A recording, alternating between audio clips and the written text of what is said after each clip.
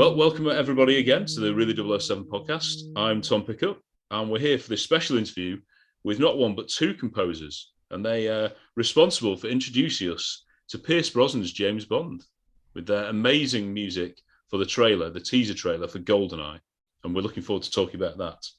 Now, you can watch all our other interviews on our YouTube channel, and we've got them on iTunes and Spotify for the audio episodes, and we're also on social media. We're on Facebook, Twitter, and Instagram, and you can find loads of daily interactions, posts, and questions and quizzes and all sorts of things Bond-related. So please have a look at that. So yes, we are here with Starr Parodi and Jeff Fair, and as you can see, they're together. They're not only a musical combination; they are married. That is right, isn't it? Yeah, better just check, before. But yes, they're a musical force to be reckoned with, and they've scored hundreds of pieces of music for pretty much every genre there is, and pretty much every platform. So film, TV, trailers, as I've mentioned, and video games as well. And yes, they've done songwriting and produced their own albums, produced for others, I believe.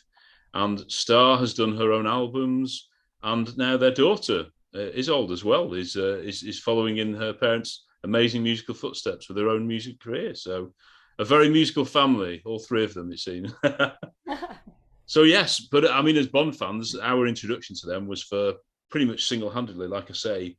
I think it was pretty much the best ever teaser trailer I've ever seen, and something that completely sold the world to Pierce Brosnan. After that long 6-year gap waiting for Bond, this was the thing that was like, wow, we want to watch this. This looks like Bond is back, and it's sort of Bond, a mix of the old and the new, because that's the thing. It's like both traditional in the sense the music and the images, but this is like a modern edge, and the music reflected that. But we'll go into that later.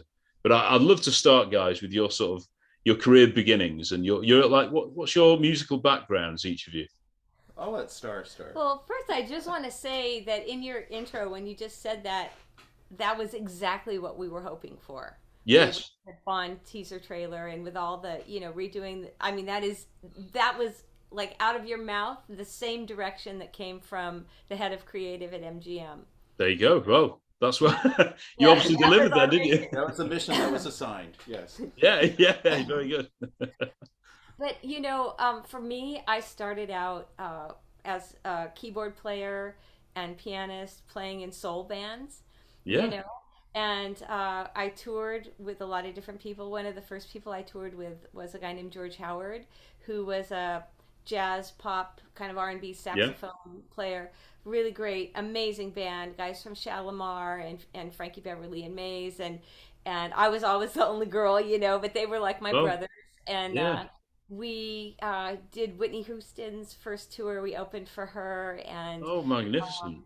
did some really really cool gigs with him. And then I got a job. Well, previous to that, right out of high school, I got a random call to come and play keyboards on the show Fame, which was Oh, okay, yeah.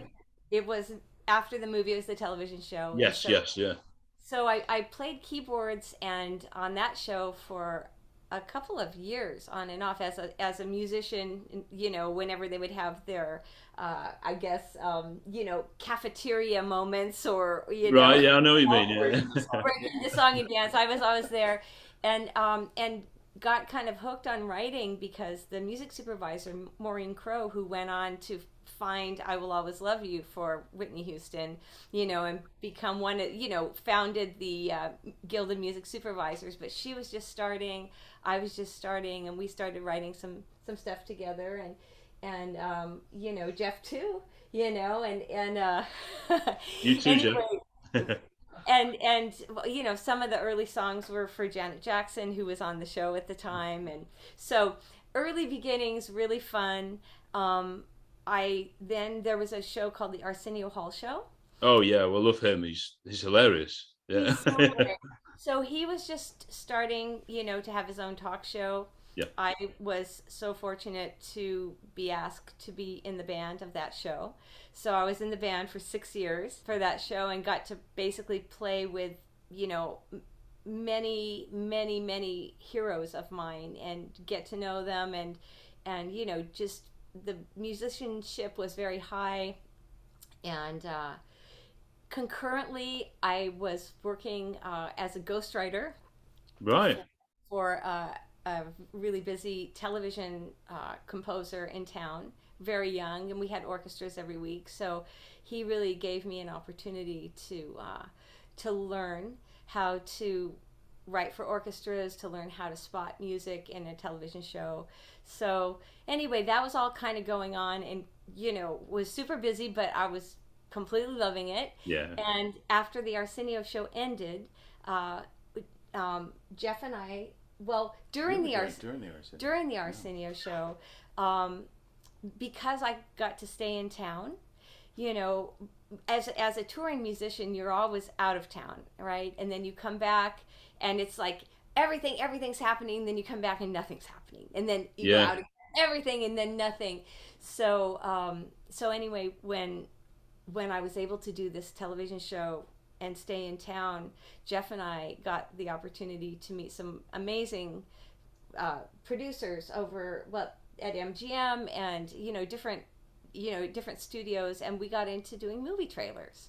And we could do this because we didn't have to leave town to do anything. So we would write until the second I had to go to the Arsenio show.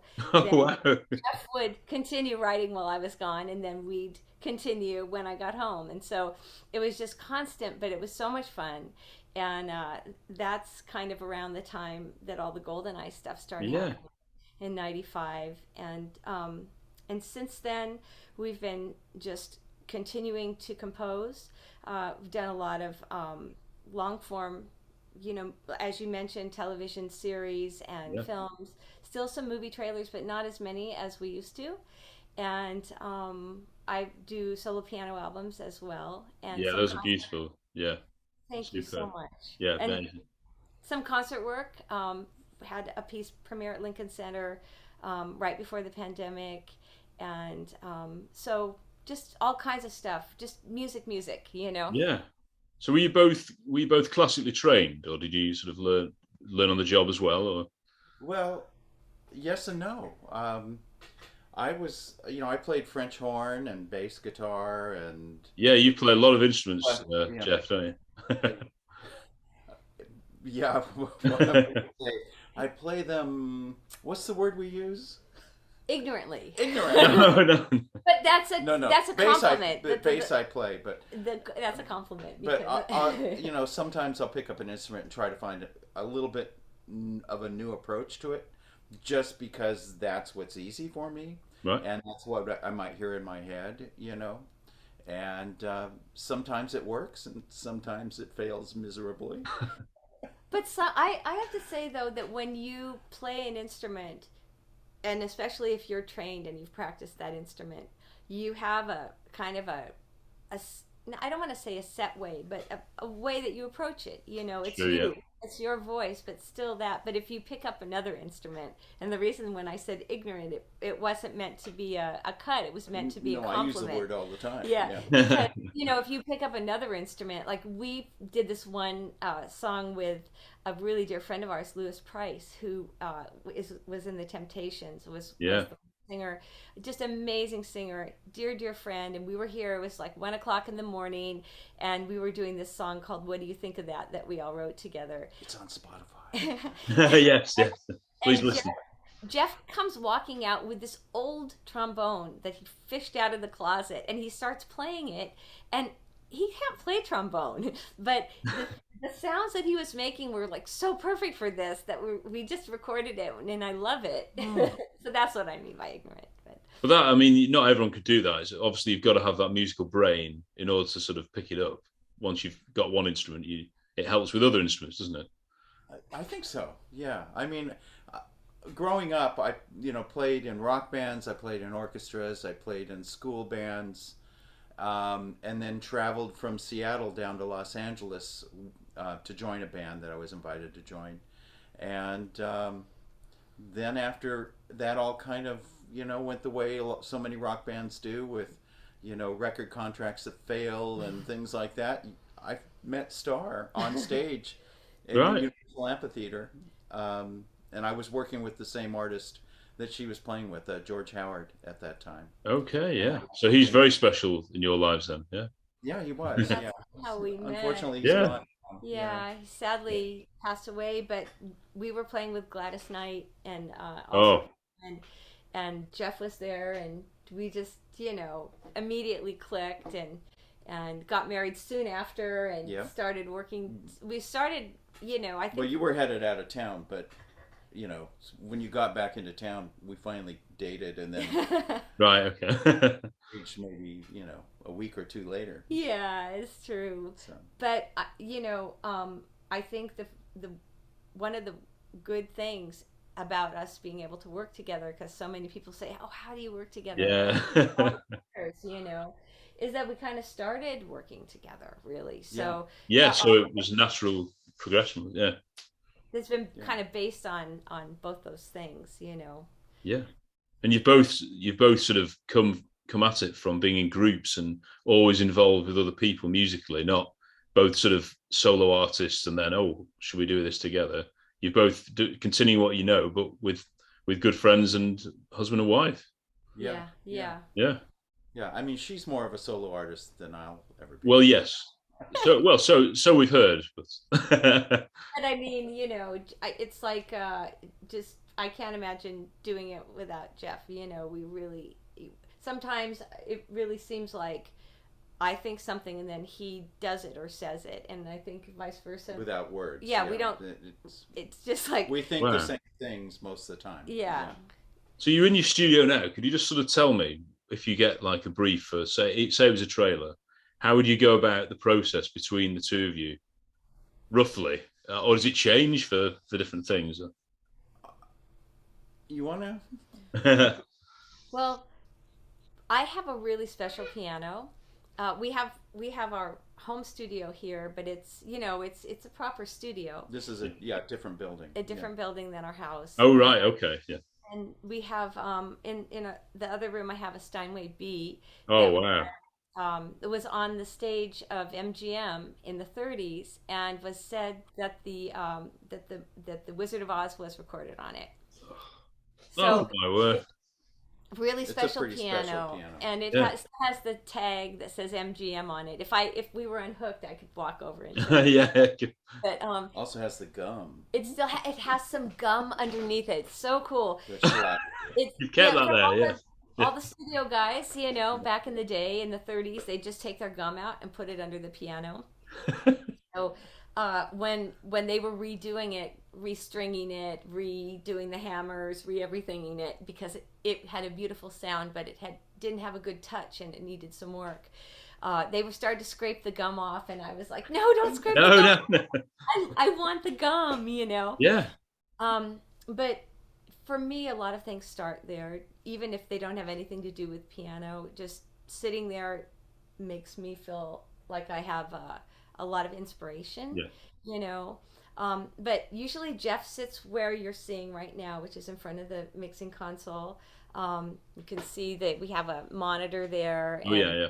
And With Pierce jumping off. Yes, piano. we put it. Oh on whoa, where's this? I can't see. Right up. Oh right, yeah. Right, yeah, I could just see I it. think it's kind of maybe moving current. Oh yeah, that's it, isn't it? I'll show you some of this. Pretty cool. Yeah, please do, yeah. We can move it in closer. Oh, that's a good idea. This is brilliant. I like a movable screen as well. I like that. Yeah. So this, because obviously you need the images there in front of you, don't you, when you're composing and producing? Yeah. Right. So then I usually sit over here, which is there's another screen right here, Yeah. and There's your keys. I have my keys. I have a chord Cronus and a wave station and a mini log, and then over here Yeah. Station. I have the Oh, Prophet wow. 8, the mini Moog, a lot of Modular. gear, some modulars, some Moog modulars. Wow. Yeah. That's a lot of gear, yeah. So he sits here, I sit over there, and we usually just start coming up with ideas. Right. And That's then, how it happens, yeah.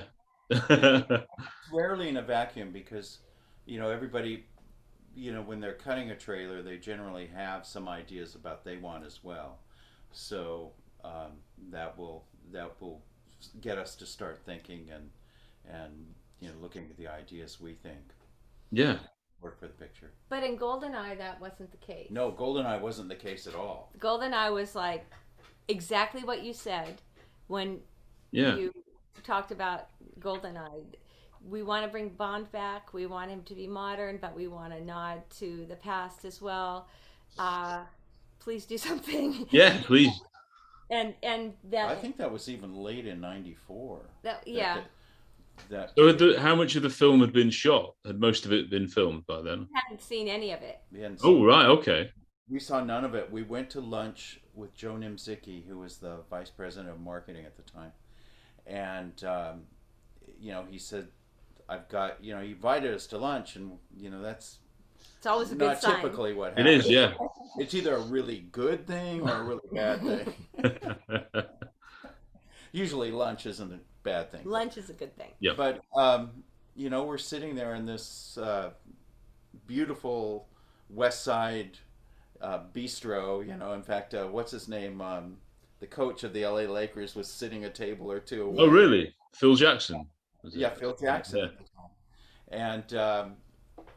And Joe looked at us and he says, I've got some great news for you.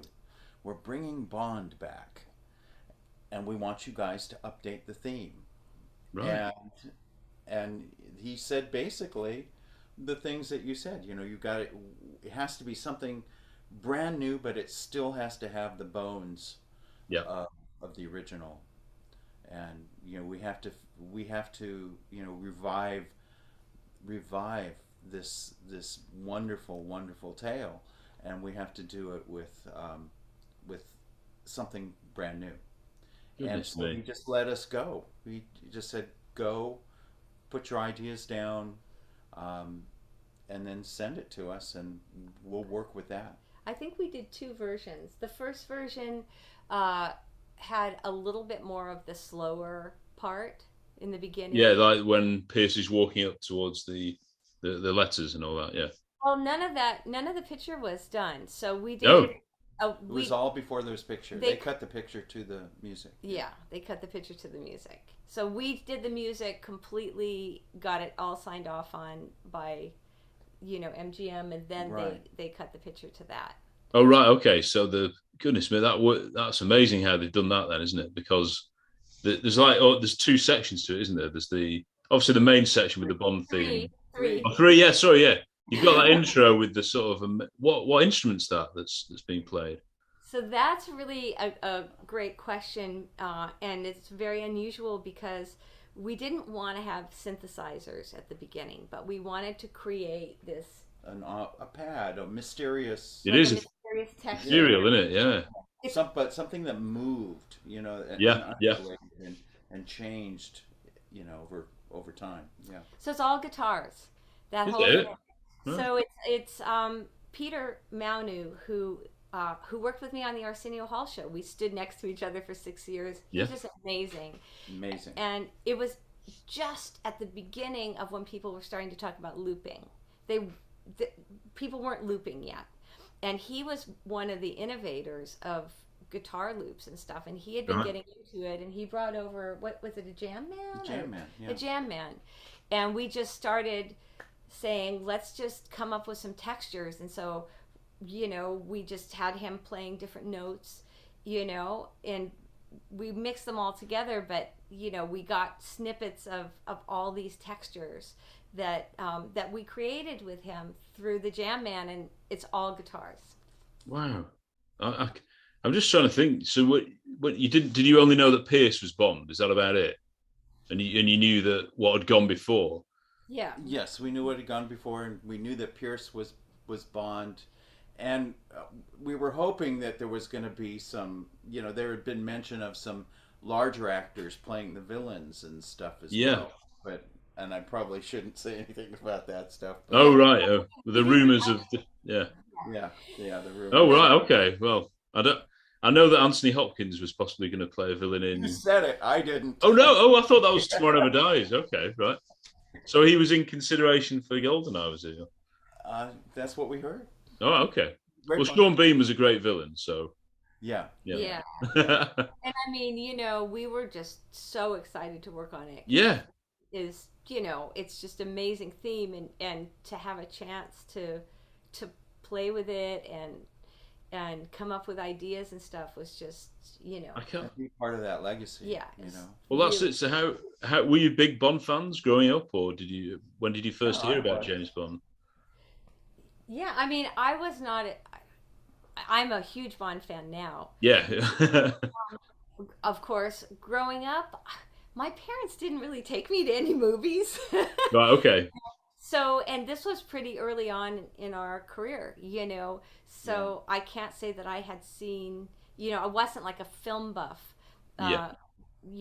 But I had such tremendous respect for the theme, and I knew the theme well, and I, of course, knew the legacy and was, just completely thrilled to work on it. Plus, you were so young, and Yeah. there'd been that 6-year gap, and That feels like an eternity, doesn't it, when you're young?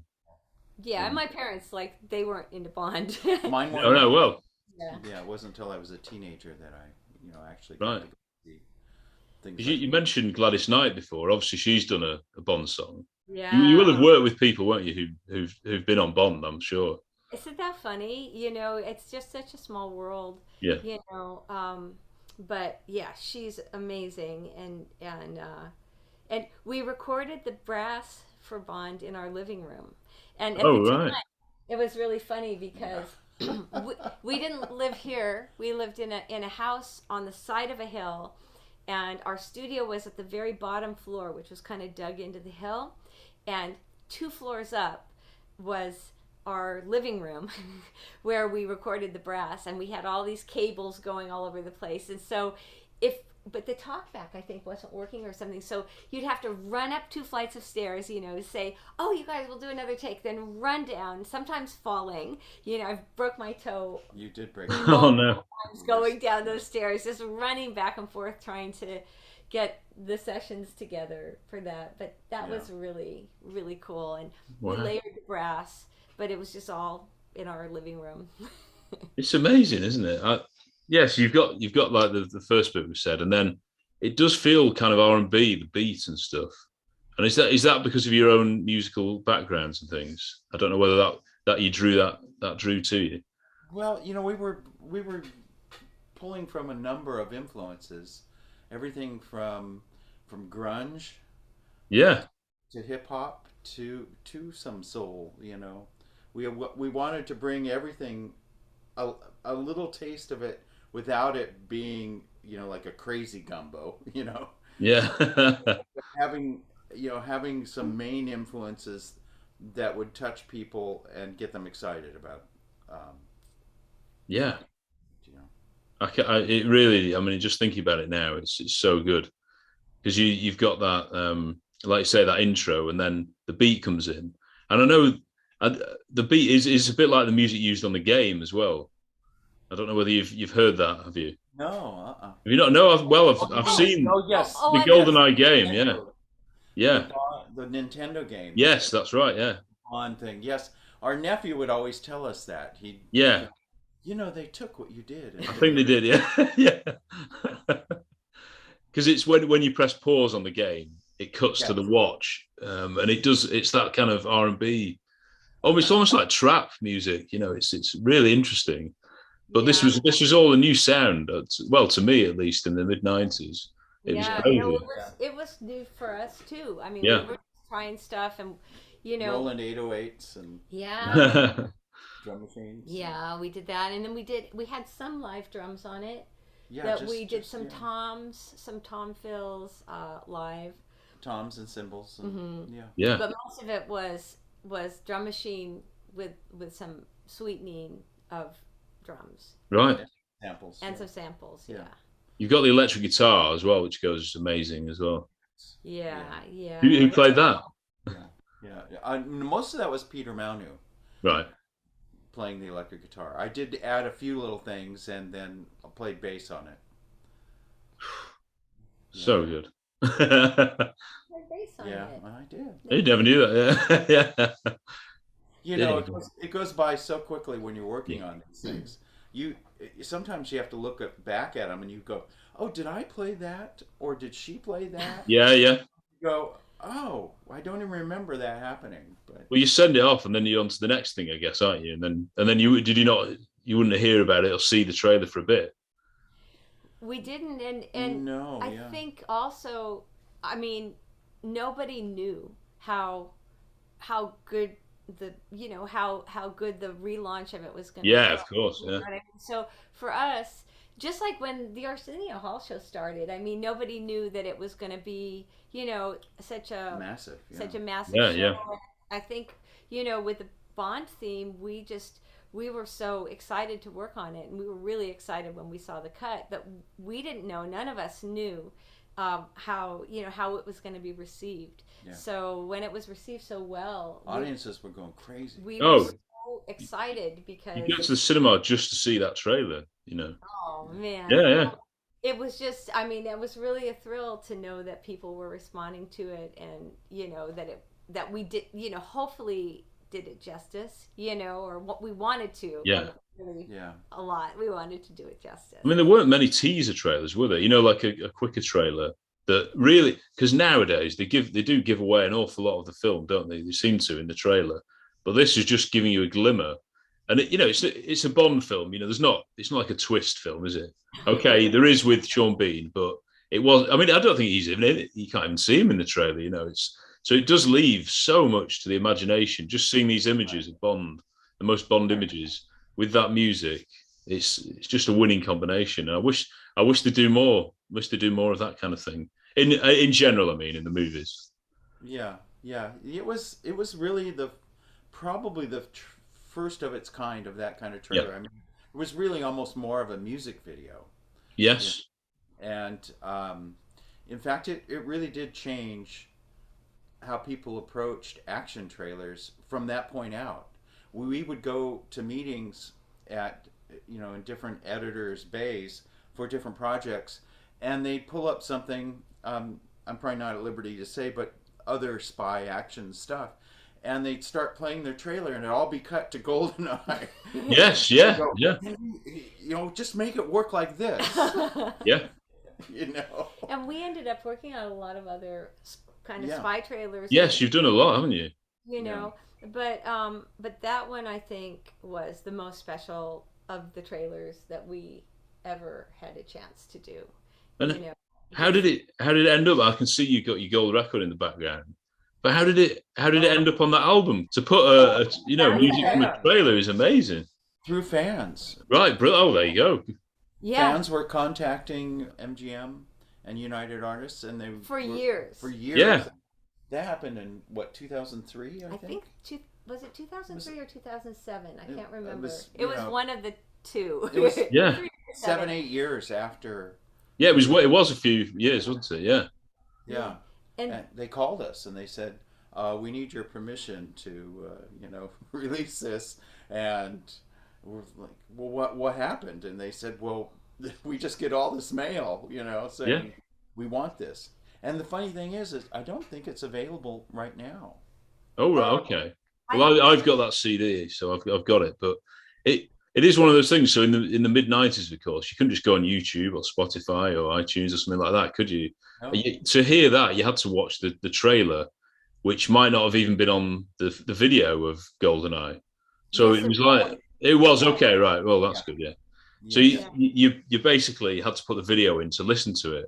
So when we got the chance to hear it on that CD, I remember my friend Rob, who was going to be on this, he was obsessed with it, and I remember he was like, "What's an unusual name, Parodi Fair? I wonder who he or she is." And you didn't. I mean, the internet wasn't the same then, was it? You couldn't sort of. No, we were anonymous. Yeah. Well, yeah, people wouldn't know who you were, would they? Yeah.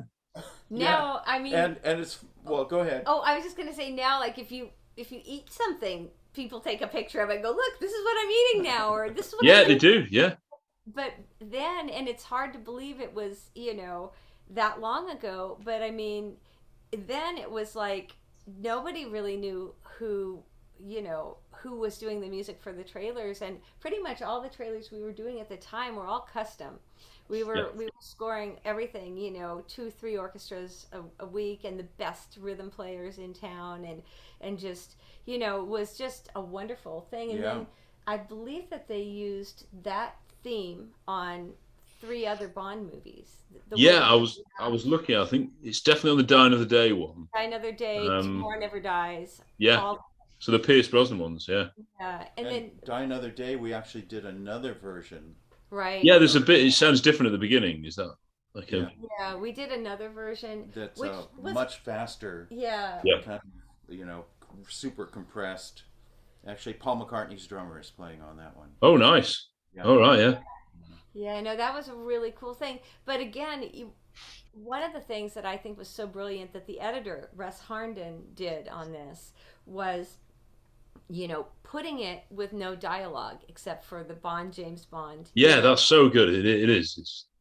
It gave the music a chance to shine. It gave the picture a chance to shine. Yeah. It gave people a chance, I think, to just digest yep. rather than, because there's just so much dialogue that's crammed into trailers so often. Oh no.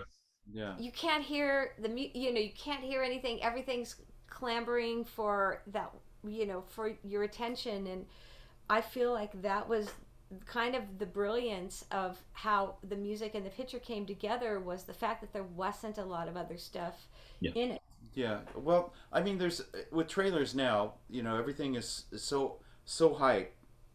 Yeah. In terms of the music, effects, dialogue, they're all super hype right now. Yeah. We used to play this game when we go to the cinema.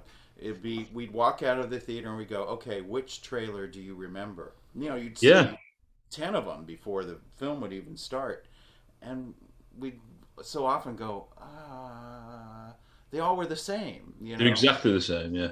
Yeah. So the great thing, to me at least, about the GoldenEye trailer was the music is what presents the attitude. And what we're supposed to get out of all this action, and it's not blocked by any dialogue, and in this case it wasn't really blocked by too many effects either. No. So much of it was just the power of a guitar through a Marshall. Yeah. An incredible theme. I mean, obviously, well, that's it, isn't it? Yeah. Theme, which we didn't write, but we had the great honor of producing. I mean, technically John Barry didn't write it, did he? But didn't stop him from creating the greatest versions of it and using it as a template. I know he says he did sort of, but anyway. That's such a controversy. We have no insight. We don't know. We never. Well, even Monty Norman, I think he borrowed it, didn't he? From a Caribbean song he heard, and he based it on that. So to think going back to that version of it to your version of it shows what a good piece of music it is. To how different that is. Yeah, it's an amazing piece. It is, isn't it? Yeah. It's so funny. My mom was at the session. She rarely came over because she didn't live that close, but she happened to be there in the living room with the brass players. Oh. And we discovered she had perfect pitch. We discovered my mom, and she was like, "Oh, that trumpet player." She called the note that he was playing, and it was like, "Mom, what?" Aww. And then it was funny though, because she didn't really ever quite get, that I was a composer or that I was a musician. I think she was in denial, but she said, "Oh my gosh, that's such a great theme that you wrote." I'm like, all right. Yeah. The only compliment she gives me is about a theme I didn't write. One of the very few. Yeah. You should think about doing this for a living. Thanks, Mum. Thank you. Oh dear me. Well, did Eon eventually get back to you and say, "Mike, we love this"? How did you sort of find out what the reception was to it? It was more through MGM. MGM, yes, sorry, yeah. And United Artists, because I think they had total creative control at that point in time of the marketing. And I actually heard that there was a divided camp at Eon. There was people at Eon that loved it, and there was people that were like, no, we have to be back in the 60s. We have yeah. that classic Bond, which, I don't fault them for thinking that because it was so great. The They've John tried to Connery. do that more recently, haven't they? I think with with the sort of bringing in the Aston Martin again and trying to make it a bit more like the '60s and that sort of thing. Whereas Pierce Brosnan was like, no, we love all that, but this is the '90s. We're not relying on any sort of legacy in that sense. We're going to make our own with these Yeah, films. And I think also Joe Nimzicki, who Jeff mentioned earlier, who was the head Yeah, of creative, he was just a creative genius. He right. really was. And we had this really weird shorthand because so often people who are executives, they have some really great insights, but they don't know how to convey their feelings in a musical term, right? Yeah, And of so course. No. as composers, we so often get, I'm not sure how to say this to you. I don't know how to tell you what I'm thinking, because and people feign ignorance, and it's like you just can never make somebody feel ignorant because their feelings are so valid, and it's just a question of translating. And so with Joe, we had developed a we shorthand. had developed this language where he would say, I want a tension chord, and we'd know exactly what he meant. Wasn't a tension chord. Or, I want, certain things that he would ask for, we'd say, I know what he wants. And so we were getting a sensibility of, through working with him, because we did the United Artists logo for him. I was going to mention that. So Yeah. that is that the one with the stone in the background and the sort of the big letters.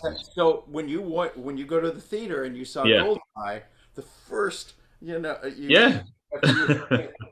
that was us as well. Yeah. The beginning of GoldenEye. I think that was the Da-da-da-da-da. Is it that one? Yeah. that was the first one it was attached Love to. it.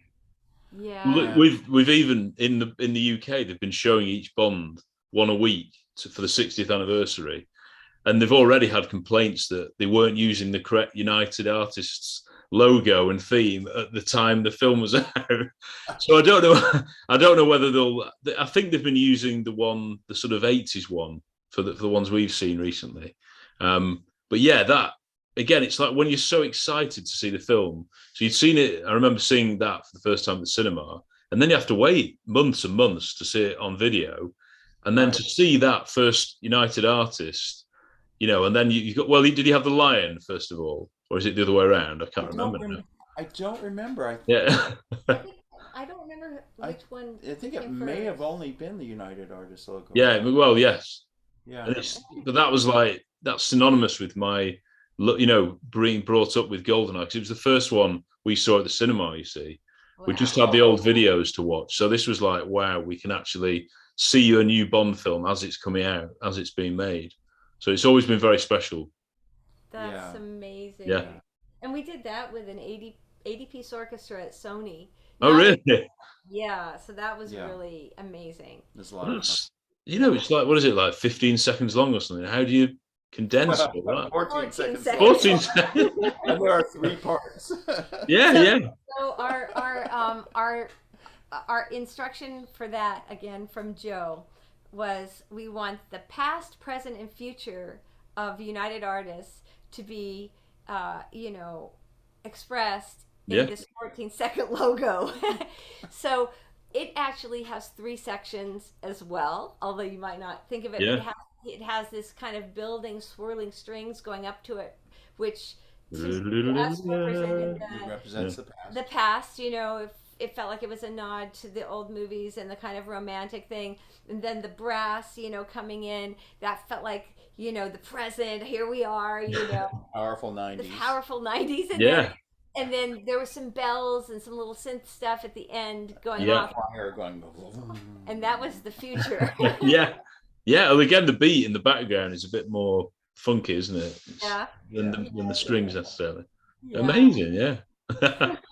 So you've done quite a few trailers as well for other films, and it's all in your trailers and more. It's just original music, isn't it? When we do it, it is. Yeah. Because nowadays they often use a pop song, won't they? And then at the end there'll be like all the Marvel ones. I saw the latest Thor one the other night, and it like you say, it's just a few images from the film. You've no idea what the plot is. You've no idea what's going on, and then there's like it ends in something pretty epic. Then there's like it says the name of the film, and then there's like a joke, and that's it, every single. I'm very cynical here, but it Hey, just yeah. I if don't know. it's I know you don't want to slag off your industry, but yeah, well, we've been doing more long form work, yeah. recently. In fact, we're halfway through a film right now. Oh, great. Okay. Just finished writing the last cue yesterday. Yeah, but now we're going to produce the music, and Right. That's such a long. That's how long does that take then to score a film? Then my word. We've been working on it for almost 2 months, about a month and 3 weeks so Right. far on this film. There's about 45 minutes of music Have in about a it. month left to go.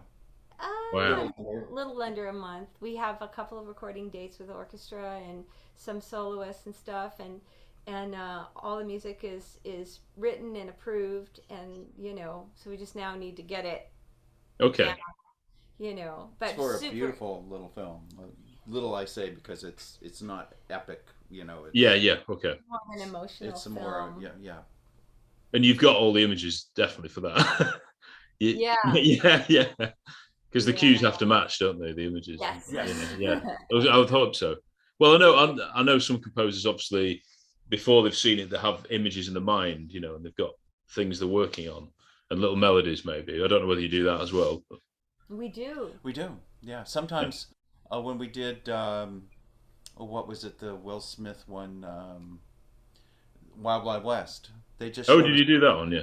Yeah, they just showed us. We did Well, one of them. well, we did one. It Right. was at the time maybe the most expensive trailer made, Yeah. and it was not for public. It was for corporate sponsors for the film. So it was Oh, made before, and they had just showed us conceptual drawings. They said, go record with the orchestra, do something this century, yeah, yeah. Wild Wild But it was West. kind of like a steampunk thing Yeah, it was It too. was, wasn't it? Yeah, it's very visually different, I suppose, than Yeah, if yeah, you it just was. told you what it was about. You wouldn't have a clue, would you? Yeah. Yeah, no, it Yeah. was. We saw all the visuals and stuff, and spoke with Barry Sonnenfeld, who is the director, and Oh, yeah, yeah. he came to the recording of what we did and stuff. It was really a neat That's great, great, isn't it? Yeah. fun. Yeah.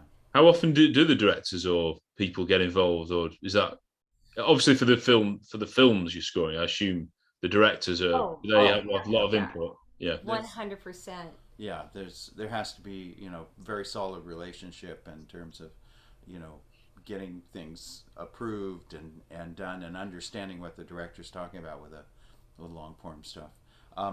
But With trailers, with it was a trailers, little bit of a tightrope because, um, I'll say it. okay, you say it. Marketing departments and directors rarely get along. okay, right.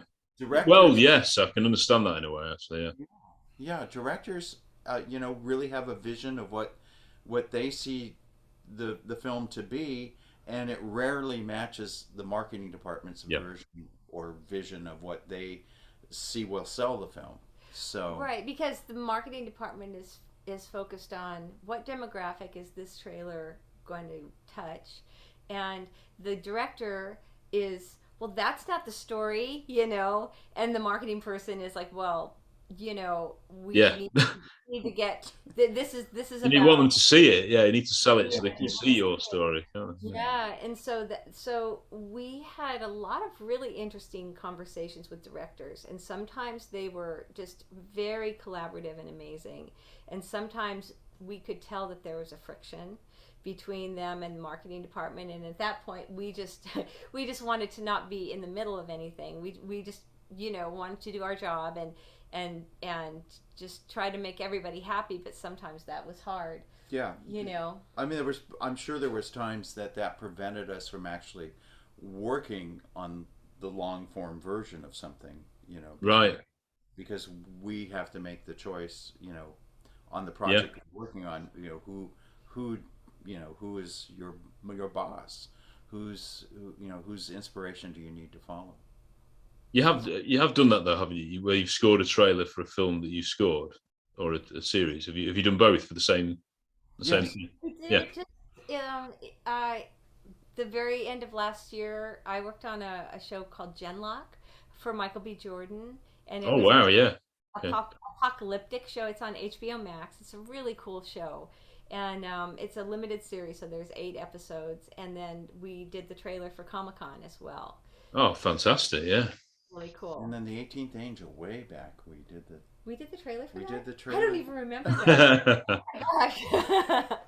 And we recently got asked to contribute music to the trailer. We're working on the film we're working on right now. But we're not doing it because we're we're working just, on the film. We're just Yeah, that's too.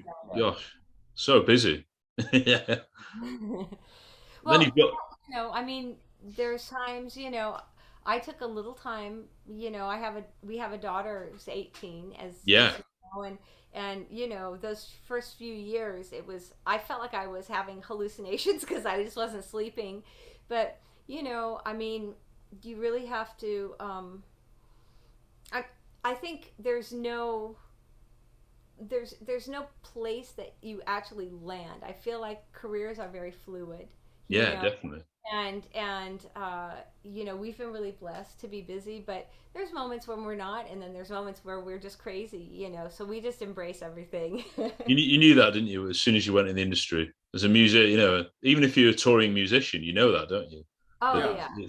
and you've got to accept the jobs when they come, and then you've got to accept that it's going to take up all your time for a long period. Oh, yeah. There's Yeah. no such thing as an 8-hour workday. Yeah. No, not at all. No. Yeah. At least you've got the studio where you're living. That does help, doesn't it? Oh, it's wonderful. Wonderful. So when it comes to performing, I mean, Starr, I've heard some of your amazing piano. You've done your own improvisation on classical pieces. Like I've heard your Albinoni. Oh. That's fantastic. But you also compose your own music as well. So I was just wondering if you'd tell us a little bit about that experience.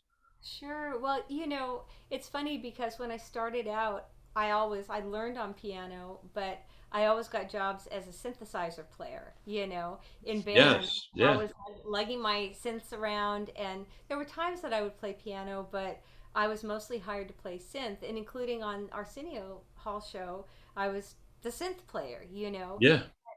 The thing that really touches me so deeply is just the sound of the strings reverberating, against the soundboard of a piano, and I just almost get a visceral feeling from it, and I get pictures in my mind, and it just all kind of comes together for me when I play the piano. And so we were doing a trailer one day, I think it was like around 2006 or something like that, or around then, 2005, 2006, and I don't know if you guys know what the NAMM show is, but NAMM show, National Association of Music Merchants, is this big get-together that happens in LA and usually Nashville or Chicago. Yeah, it happens by Disneyland in Anaheim. Yeah. Okay. And it's a huge event that all musicians and composers go to, as well as music manufacturers. And it's basically a place for music manufacturers to show their new gear.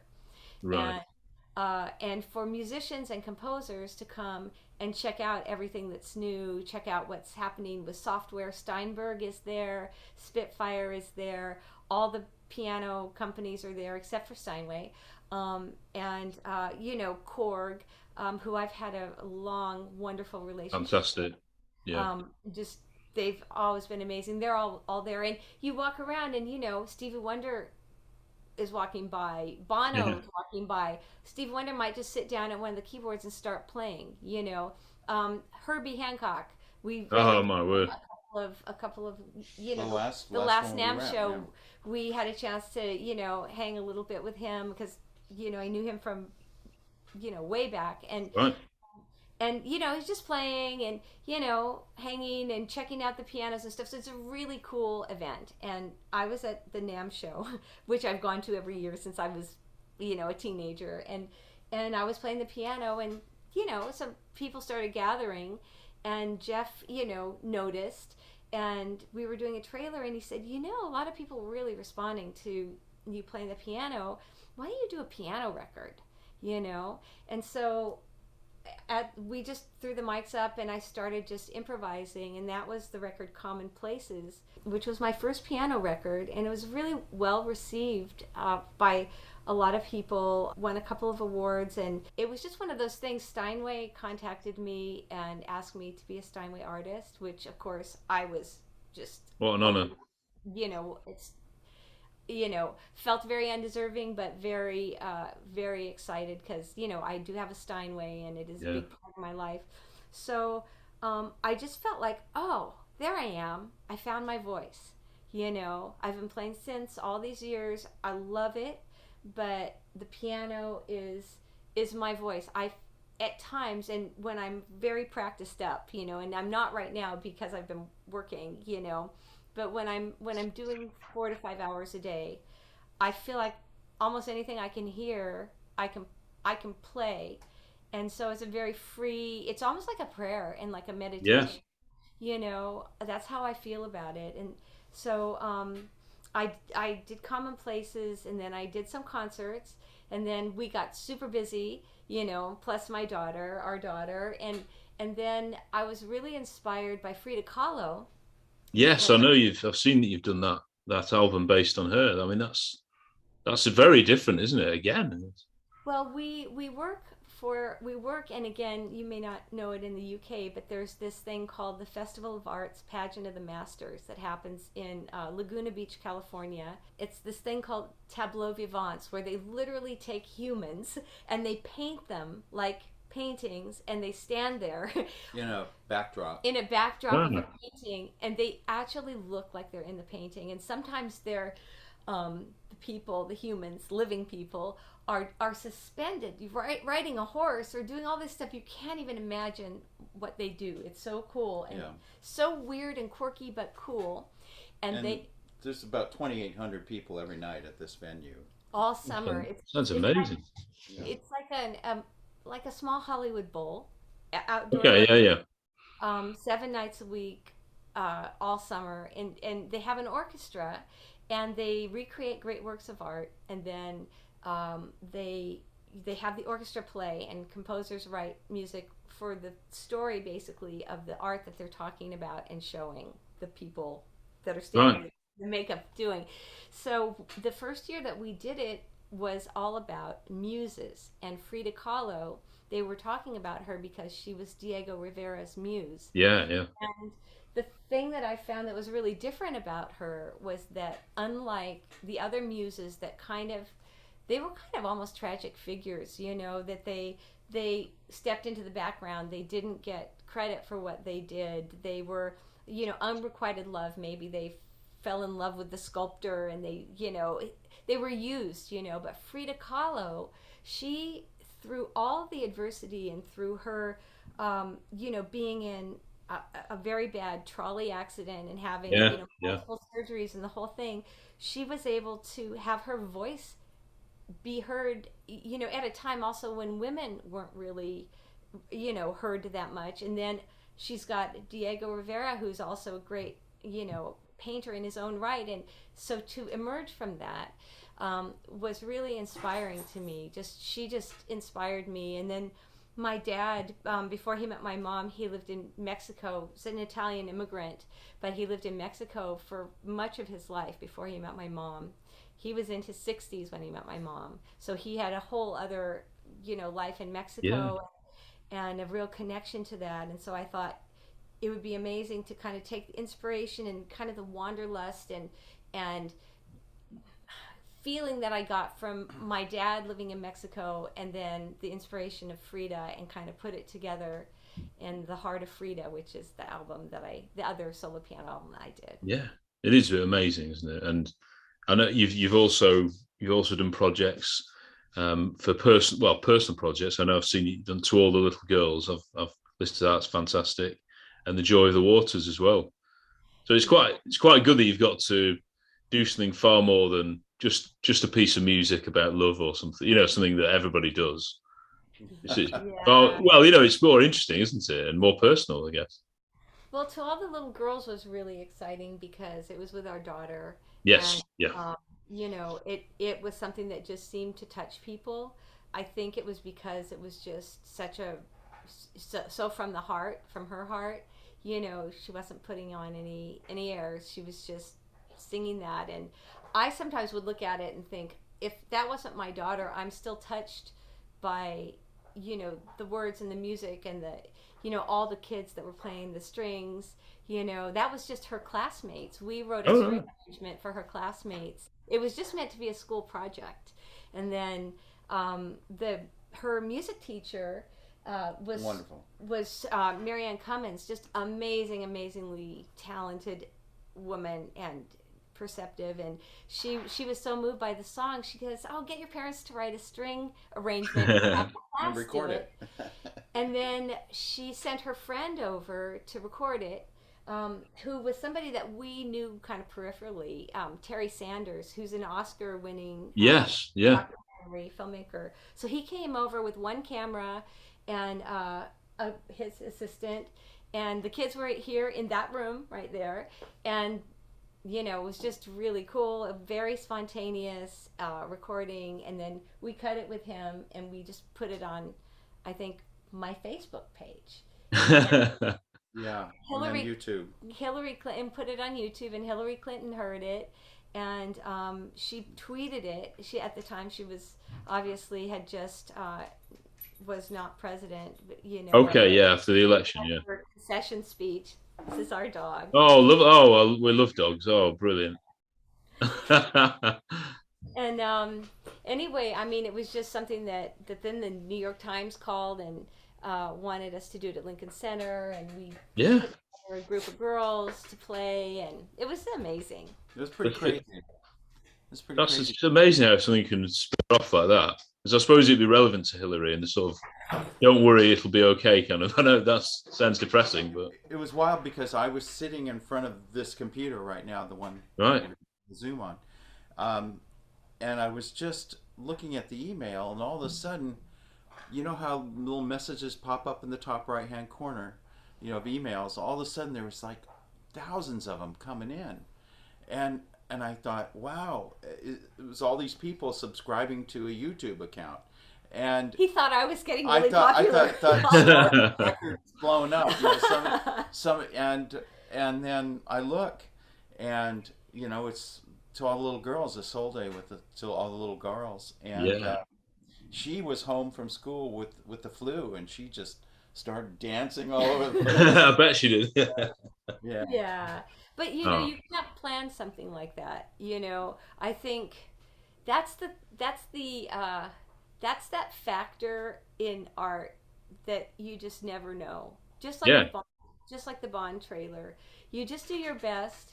You put your heart into everything. You have no idea what's going to happen. You can't plan for something to go viral or be well received. And sometimes you do something that you think, this is the best work, you know, and nobody ever sees it or nobody cares, you know, and you just think, you know, how could this be? So it's just, I think life is it's just a series of amazing, you know, points that connect, but you can never really plan. I guess you can plan to be ready and to do your best, but you can't really plan for anything to happen. No. Sarah, yeah. And I suppose that's something that social media is a force for good, isn't it? In that sense, that suddenly everyone picks up on something and then it's everywhere, and you know, they can get inspired all over the world. Whereas with the GoldenEye, it was more no one knew anything until they saw it, and then wow, it's out there, and you know, it was a mystery, you know. Yes, people, friends of ours are still finding out. Oh, right. You know, if only social media had been around, you know. Oh gosh. Yeah. But to a question that you asked earlier about how we found out that it was, you know, well received, was Joe Nimzicki often submitted stuff, you know, some of the trailers that he worked on, which he was producer of this, for awards, you know. So this started winning every single award that he, you know, put it up for, like everyone. And we were just like, what's happening? Trophies started arriving at the house. I mean, a good part of these, I don't know if you can see it. Oh, wow. Let's see if you can see go it. to the window again. Can you see the window? Oh, yeah, I can just see some Oh, So, that's one oh, of there the. we are. Yeah. Oh, wow. And Yeah, then a Yeah. lot of those are from Bond too. Yeah. yeah, Oh, wow, good. I know as well. You did Star. You did on your one of your albums. You did a piano version of the Bond theme as well, I which did, is and very it's totally different. Yeah. again, feeling very connected to that theme, feeling very grateful, and at the time it wasn't that far. I think that was in 2006 when I did that. yeah. So, Right. it wasn't that long after we had worked on all the other Bond Yeah. trailers, So I still was really feeling it and wanting to honor it and just do my own little version of Yeah. it. Well, just to talk a bit about Bond, what what do you think about the GoldenEye score? Because it's quite controversial with some Bond fans. It's quite sort of Soviet, isn't it, and sparse at times. And I've personally come to sort of because it's so synonymous with a film I love. That kind of skews your perspective of it, maybe. But I like it. I know it's a bit out there sometimes. Now, I don't have a comment about the score. Eric Serra, Yeah, I Yeah, love his so much of his work. his he's done some brilliant scores, hasn't he? Yeah, professional. yeah, Professional. yeah. Oh, one of my favorite scores Yeah. ever that he did. Yeah, yeah. You Yeah. know, I haven't listened to the score so much, Since then. with an ear just Okay. for and how it works with the picture. That's the biggest part is it telling the story to me? Absolutely, yeah. Well, John Barry. I mean, I'm assuming you're a massive fan. One Oh, of the, I mean, he must be one of the greatest composers ever, and oh, he's from just up the road in York, from where Oh, I live. And serious? yeah, and no, I don't know whether he was never knighted. I can't believe that in this country. I think he got Wow. 5 Oscars, and he didn't even get nominated for any of his Bond work. So I mean, wow, his musical legacy, wow. Bond and his other films, is just Oh. absolutely Uh, amazing. I have kind of an esoteric question. Did he drive around really slow? Well, yeah, that's what the effect it should have, shouldn't it? Yeah. Yeah, his tempos were just, Oh, slow and yeah. drawing me out. But He was jazz, wasn't he? He started in jazz as well. I think so, yeah. Yeah. Yeah, yeah. Oh, That's interesting. Yeah, so great. yeah. Amazing. Amazing. Well, you're part of that legacy now, guys. The Bond music legacy. Well, it's exciting to be part of it, Yeah, and when we heard from you, it just made our day because, just the fact that you still listen to it and love it, and it's just really means a whole lot. Oh, Yeah. thank you for that. Well, it was actually we were doing a series on the Bond songs, and we thought Rob, who I've mentioned before, he was like, "Tom, can I? Okay, it wasn't an actual Bond song, but please, can we talk about the Parodi Fair version of the Bond theme because I just love it so much." And we're like, "Yeah, oh right, of course, yeah, let's get it on." Oh, so cool. And That's then we just decided to talk about that for ages, and it got us nostalgic, and we were thinking of the time when GoldenEye came out, and then my word, and then these days it's so good that we can interact with people like you, and you're so it's so good that you're so open and willing to chat with us. It's fantastic, and I'm it sorry. makes our day and yours. Well, it's really great to see the effects that, like, for this piece has had on certain people. In fact, before the pandemic, there was a group of students here that were scoring students. I think the graduate students from the University of Indiana. Yeah, I think. graduate students. Oh, I studied briefly at IUPUI Oh, actually. Yeah, in Indianapolis. Yeah, on my law yeah. degree, I did a semester there. I But love the airport in Indianapolis, by the way. yeah, yeah, I yeah. actually love it there. Yeah. It's a cool place. Kenny Babyface Edmonds Freeway, or haven't you? Is it? Yeah, as well. Yeah. More music. Yeah. Sorry, Kelly. All the students were here in this room, in the control room, and they were all talking about their influences and all this stuff. And there was one guy I remember sitting in a chair, and he was kind of quiet, and he says, "Well, the reason I'm scoring music is because of your Bond theme." Oh, And, wow. yeah, That's so cool. and then I forget everything, and Jeff Yeah. remembers you know, everything. and another one, and is a great, great conductor, arranger, orchestrator, and really composer too, and has an amazing Bond legacy. Is a good friend of ours, a composer and conductor named Nicholas Dodd. And, Right, yeah. yeah, and he's conducted, several of the Bond films. And when he visits us, he'll go, "Can I hear that?" Yeah. For inspiration. Yeah, yeah. Well, I mean, he's the best of the best. He's so amazing. Yeah. And great conductor, orchestrator, composer, everything. Yeah. And he conducted, I think, all the Bond films that David Arnold did. Oh, right. Okay, yeah. All of them. Right. And orchestrated them. Well, this is it, isn't it? Even David Arnold has continued the legacy. And Yes. I personally would have kept him on, but there we go.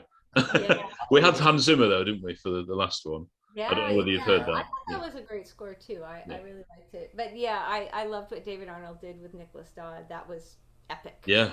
Yeah. Dear me. Well, only music is the only thing I think. Only music can inspire and touch people. There's nothing else like it, and I think that it's been part of the Bond legacy since it started, and you're seeing that continue on into the future. And I always say, if you're doing a new Bond film, you've got to use your A game, use the Bond theme, get it in there. and they've been a bit shy to use it because they were trying to, create Bond, weren't they? But it's like with the gun barrel. I would always have that, because people expect it, don't they? And they love it when they see it.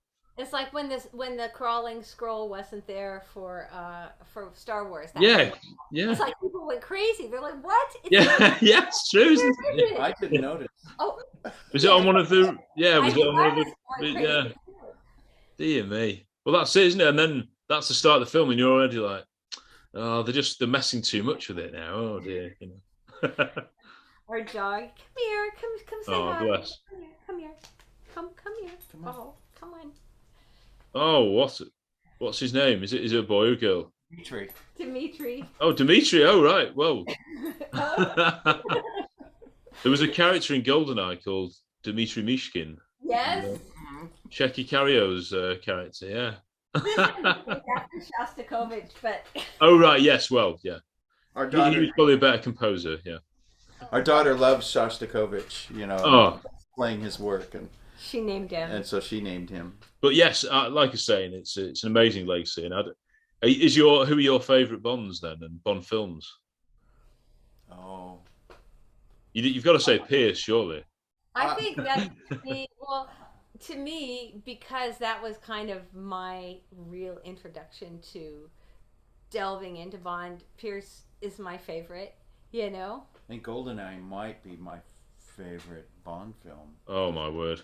I mean, yeah, it's. I thought Daniel. I really like Daniel Craig. Yeah. I really do. I think he's amazing. He surprised me. At first I wasn't so sure, but I think he's done a good job. Oh my gosh.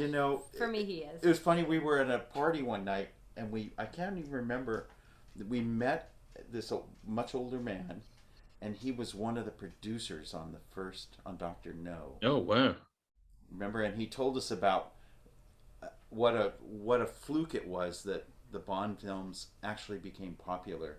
I remember that. They first released it as part of a double feature, and it was kind of the B feature, and they only did it in a few theaters. And next thing they knew, everybody was having to see this movie. It is. It's amazing to think, like I say, 60 years, all based on if the first film hadn't been a success, and then even if sort of a few of them later down the road weren't, and then GoldenEye was. If GoldenEye hadn't been a success, that might have been it. It's so much riding on it, wasn't there? Well, that's what you're saying is so true. There was so much riding on that film. I think we didn't really understand how much was riding on it. No. I think the studio did, and and our dog. Our dog. Don't worry. Your wife. What is there something behind there? There's something under the chair.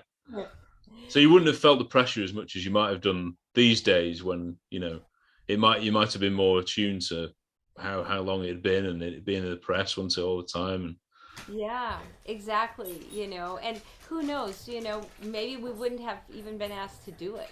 Things Yeah, have changed yeah, so much now where so many of the movie trailers are based on, library music, and there's so much really high quality library music that's recorded with orchestras and, yes, really, really highly produced, that they might have just picked something or someone or had another artist do, so we yeah. were, in a way, I feel really lucky that we were really in the right place at the right time, and had been doing some really good work for MGM, so they trusted us. But still, it was just You such a make great. your own look, and it's an amazing finished product. And like you say, the legacy of it is all linked to the GoldenEye success. And I thank you for it as a Bond fan, as a music fan as well. I really do. And Oh, I'm sure a lot of the listeners will thank you too. that's But so Right. cool. thank you Well, so much, guys, for meeting with Yeah. me. Absolutely brilliant. Thank you very much, guys. thank you. Okay.